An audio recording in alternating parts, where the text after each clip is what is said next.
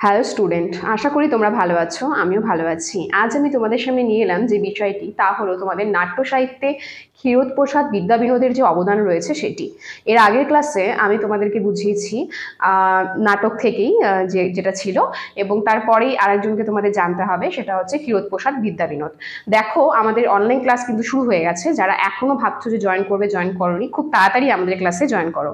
আমাদের helpline number হচ্ছে 62959162827076398606। এই দুটো নাম্বারে তোমরা যোগাযোগ করবে। আমাদের অনলাইন ক্লাস কিন্তু শুরু হয়ে গেছে, এবং সেই ক্ষেত্রে তোমাদের যে বন্ধু বান্ধবীরা আছে তাদেরকেও শেয়ার করবে ক্লাসগুলো, যাতে তারাও এই সুযোগ সুবিধাটা পেতে পারে। এবং আমাদের এই কোর্সটা কিন্তু 6 মাসের, এবং কোর্স ফিস কিন্তু মাত্র 999 টাকা। যদিও আমাদের ক্লাস অনেকদিন থেকে শুরু হয়ে গেছে, তোমরা খুব তাড়াতাড়ি কিন্তু আমাদের সঙ্গে যোগাযোগ করো। দেখো, আমাদের আজকের বিষয় হচ্ছে বাংলা সাহিত্য থেকে নাট্য সাহিত্যের যে ক্ষীরোদপ্রসাদ বিদ্যাবিনোদের যে নাট্য সাহিত্যে অবদান রয়েছে সেটা। আমরা ক্ষীরোদপ্রসাদ বিদ্যাবিনোদের যে নাটকগুলো রয়েছে, উল্লেখযোগ্য কিছু নাটক, সেই নাটকগুলোকে কিন্তু 3 ভাগে ভাগ করা হয়। ঠিক আছে, প্রথমে হচ্ছে গীতিনাট্য বা কাব্যনাট্য, নাট্যকাব্য বলতে পারো। এবং তারপরে রয়েছে তোমার পৌরাণিক নাটক, এবং সেই ক্ষেত্রে আরেকটা হচ্ছে তোমার ঐতিহাসিক নাটক। তো এর আগে যখন দ্বিজেন্দ্রলাল রায় পড়িয়েছিলাম, তখন সেখানে তোমরা দেখেছিলে যে দ্বিজেন্দ্রলাল রায়ের নাটকগুলোকেও কিন্তু 3 ভাগে ভাগ করা হয়েছিল। ঠিক সেইভাবে ক্ষীরোদপ্রসাদ বিদ্যাবিনোদের যে নাটকগুলো রয়েছে, সেই নাটকগুলোকে কিন্তু আমি 3 ভাগে ভাগ করে ফেলেছি। প্রথমত হচ্ছে গীতিনাট্য বা নাট্যকাব্য, তারপরে পৌরাণিক নাটক, এবং তারপরে ঐতিহাসিক নাটক। তাহলে চলো দেখে ফেলি যে ক্ষীরোদপ্রসাদ বিদ্যাবিনোদের জন্ম মৃত্যু কবে, সেটা আগে জেনে নিই।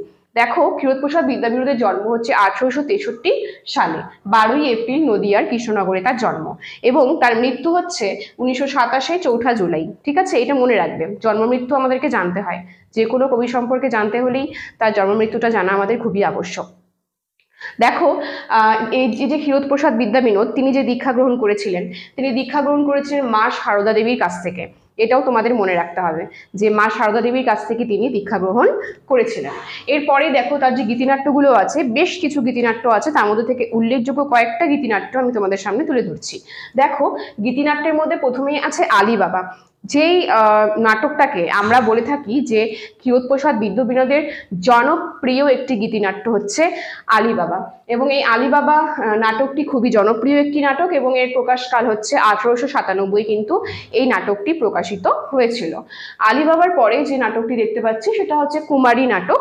কুমারী হচ্ছে 1899। আমি সালগুলো একদম যেভাবে তোমাদের প্রত্যেকটা ক্লাসে সালগুলোকে পরপর দিয়ে সাজিয়ে দিই, ঠিক সেরকম আমি এই ক্লাসেও কোনো ব্যতিক্রম করিনি, একেবারে সেইভাবেই সুন্দর করে সাজিয়ে দিয়েছি। কুমারী হচ্ছে 1899 প্রকাশিত হয়েছে। জুলিয়া, এটা 1900-তে প্রকাশিত হয়েছে। বাসন্তী 1908, আর কিন্নরী হচ্ছে 1918। এই কয়টা নাটক আমাদের কিন্তু খুবই উল্লেখযোগ্য ক্ষীরোদপ্রসাদ বিদ্যাবিনোদের গীতিনাট্যের মধ্যে। এবং এই কিন্নরী যে নাটকটা আমি বললাম, এই কিন্নরী নাটকটা কিন্তু রোম্যান্টিক একটা বিষয় নিয়ে এই নাটকটি লেখা হয়েছে, তাই আমরা এটাকে রোম্যান্টিক গীতিনাট্য বলে থাকি। এবার দেখো, ক্ষীরোদপ্রসাদ বিদ্যাবিনোদের ঐতিহাসিক নাটকের মধ্যে কোন কোন নাটকগুলো খুবই জনপ্রিয়। ঐতিহাসিক নাটকের মধ্যে প্রথমেই রয়েছে বঙ্গে প্রতাপাদিত্য। ঠিক আছে, বঙ্গে প্রতাপাদিত্য যে নাটকটি রয়েছে, এটি 1903-এ প্রকাশিত হয়েছে, এবং এই নাটকটি প্রথম স্টার থিয়েটারে কিন্তু অভিনীত হয়েছিল। এরপর আমরা দেখতে পাচ্ছি পদ্মিনী। পদ্মিনী 1906 প্রকাশিত হয়েছে। পলাশীর প্রায়শ্চিত্ত 1907, এবং পলাশীর প্রায়শ্চিত্ত এই নাটকটির মধ্য দিয়ে স্বদেশী একটা বার্তা, স্বদেশী আন্দোলনের একটা প্রভাব আমরা কিন্তু এই নাটকে দেখতে পাই। এরপরে আছে চাঁদ বিবি। চাঁদ বিবি 1907-এ প্রকাশিত হয়েছে। নন্দকুমার 1907, এখানে নন্দকুমার চরিত্রের মধ্য দিয়ে স্বদেশ বোধ প্রকাশিত হয়েছে। এবং অশোক রয়েছে 1908, আলমগীর রয়েছে 1921। এই কয়টা আমি বললাম ঐতিহাসিক উপন্যাস, ঐতিহাসিক নাটক।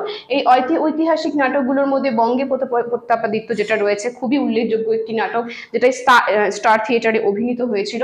পলাশীর প্রায়শ্চিত্ত এখানে স্বদেশী আন্দোলন এর প্লটে রয়েছে। এবং নবকুমার, নন্দকুমার চরিত্রের মধ্য দিয়ে কিন্তু একটা স্বদেশ বোধ আমাদের কিন্তু নাট্যকার এখানে তুলে ধরেছেন। এবং আলমগীর, এটা কিন্তু সব থেকে নাট্যরসের শ্রেষ্ঠ, মানে আমরা বলতে পারি যে ঐতিহাসিক নাটকের মধ্যে আলমগীর যে নাটকটি রয়েছে, এই নাটকটি কিন্তু নাট্যরসের দিক দিয়ে শ্রেষ্ঠ নাটক। তাহলে দেখো, গীতিনাট্য পেলাম আলীবাবা, কুমারী, জুলিয়া, বাসন্তী আর কিন্নরী। আর ঐতিহাসিক নাটকের মধ্যে পেলাম বঙ্গে প্রতাপাদিত্য, পদ্মিনী, নন্দকুমার, এছাড়াও পলাশী প্রায়শ্চিত্ত, চাঁদ বিবি, অশোক এবং আলমগীর। এই নাটকগুলো ছাড়াও আমরা আর একটা ভাগে ভাগ করেছি ক্ষীরোদপ্রসাদ বিদ্যা বিনোদের নাটকগুলিকে। সেই নাটকগুলিকে হচ্ছে নাম দেওয়া হয়েছে পৌরাণিক। যেরকম দ্বিজেন্দ্রলাল রায়ের পৌরাণিক নাটক ছিল সীতা, ভীষ্ম, ঠিক সেরকম আমাদের ক্ষীরোদপ্রসাদ বিদ্যা বিনোদেরও পৌরাণিক নাটকগুলি চলো দেখে নিই। দেখো, পৌরাণিক নাটকের মধ্যে প্রথমেই আছে প্রেমাঞ্জলি, যে নাটকটি প্রকাশিত হয়েছে 1896 খ্রিস্টাব্দে। এরপরে আছে বভ্রুবাহন, এটা হচ্ছে 1900-তে প্রকাশিত। এরপরে আছে সাবিত্রী, সাবিত্রী 1902-এ প্রকাশিত হয়েছে। বৃন্দাবন বিলাস 1904-এ প্রকাশিত হয়েছে। বৃন্দাবন বিলাসের বিষয় হচ্ছে আমাদের রাধারানীর যে কলঙ্ক ভঞ্জন, সেটা নিয়ে লেখা হয়েছে বৃন্দাবন বিলাস। এরপরে রয়েছে দুর্গা, দুর্গা 1909-এ প্রকাশিত। ভীষ্ম আমরা ওখানেও পেয়েছিলাম দ্বিজেন্দ্রলাল রায়, এখানেও পেলাম। ভীষ্ম হচ্ছে 1913-তে প্রকাশিত। উলুপি, উলুপি 1913-তে প্রকাশিত। উলুপি নাটকটি খুবই উল্লেখযোগ্য একটি নাটক। এই নাটকের বিষয় হচ্ছে মহাভারত থেকে এই নাটকটি নেওয়া হয়েছে, মহাভারতের অংশ থেকে। এটা মহাভারতের একটা অংশ। এবং রামানুজ 1916-তে প্রকাশিত হয়েছে এবং নরনারায়ণ 1926-এ প্রকাশিত হয়েছে। এর মধ্যে দেখো, প্রত্যেকটা নাটকই উল্লেখযোগ্য, প্রত্যেকটা পৌরাণিক নাটকই এখানে খুবই খুবই উল্লেখযোগ্য। যেরকম দেখো, প্রেমাঞ্জলি, এখানে সাবিত্রী, ঠিক আছে, বৃন্দাবন বিলাস, দুর্গা, ভীষ্ম এটা মহাভারতের কাহিনী নিয়ে রচিত, উলুপি মহাভারতের কাহিনী নিয়ে রচিত, রামানুজ, নরনারায়ণ এগুলো খুবই উল্লেখযোগ্য। অনেক সময় আসে নরনারায়ণ এই নাটকটির প্রকাশকাল লেখো, বা এখানে কর্ণের ভূমিকায় কাকে দেখা যায়। ঠিক আছে, নরনারায়ণ যে নাটকটি রয়েছে, এই নাটকে কর্ণের ভূমিকায় অভিনয় করেছিলেন শিশির কুমার ভাদুরী, মনে রাখার চেষ্টা করবে। ঠিক আছে, কর্ণের ভূমিকায় এখানে অভিনয় করেছেন শিশির কুমার ভাদুরী।